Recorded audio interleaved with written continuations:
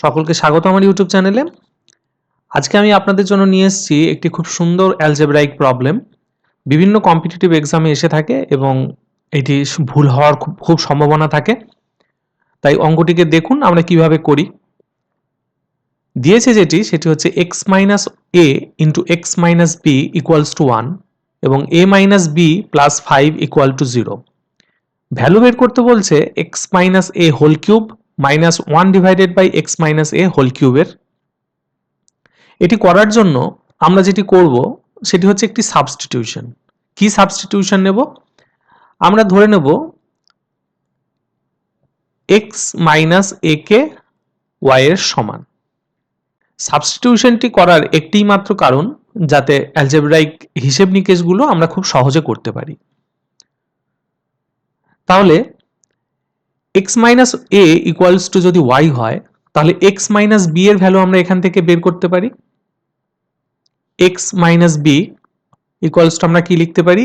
x minus a plus a minus b। a কেটে গিয়ে 0 হয়ে যাবে, তাহলে x মাইনাস b পড়ে থাকবে। এবার x মাইনাস a এর ভ্যালু আমরা কতবার জানি? এখান থেকে y বসিয়ে দিচ্ছি প্লাস a মাইনাস b। আবার a মাইনাস b এর ভ্যালুও তো আমি জানি, a minus b plus 5 equal two যদি 0 হয় তাহলে a minus b equals to আমরা পাচ্ছি মাইনাস 5। তাহলে a plus b a minus b এর ভ্যালুটাও আমরা বসিয়ে দেব। a মাইনাস b এর ভ্যালু হচ্ছে মাইনাস 5। তাহলে x মাইনাস b এর ভ্যালু আমরা কত পেলাম? y minus 5।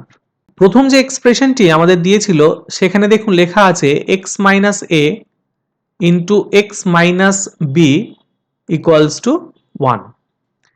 এইবার এই এক্সপ্রেশনটাতে আমরা x মাইনাস a এর ভ্যালু বসাই, আমরা যেটা সাবস্টিটিউশন করেছি y, আর x মাইনাস b এর ভ্যালু আমরা পাচ্ছি y minus 5 equals to 1।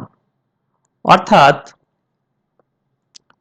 y minus 5 equals to আমরা লিখতে পারি 1 ডিভাইডেড বাই y, অথবা এইখানেই হবে magic, y minus 1 by y is equals to 5। এবার y এর ভ্যালুটা দেখুন x মাইনাস a, তাহলে y মাইনাস 1 বাই y অর্থাৎ x minus a minus 1 divided by x minus a equal to 5। তাহলে আমাদের এই ভ্যালুটা বের করতে হবে a কিউব মাইনাস b কিউবের। কিভাবে বের করব? আমরা এইটাতেই ফেলি, y cube minus 1 by y cube. Formula a minus b whole cube plus 3a b into a minus b।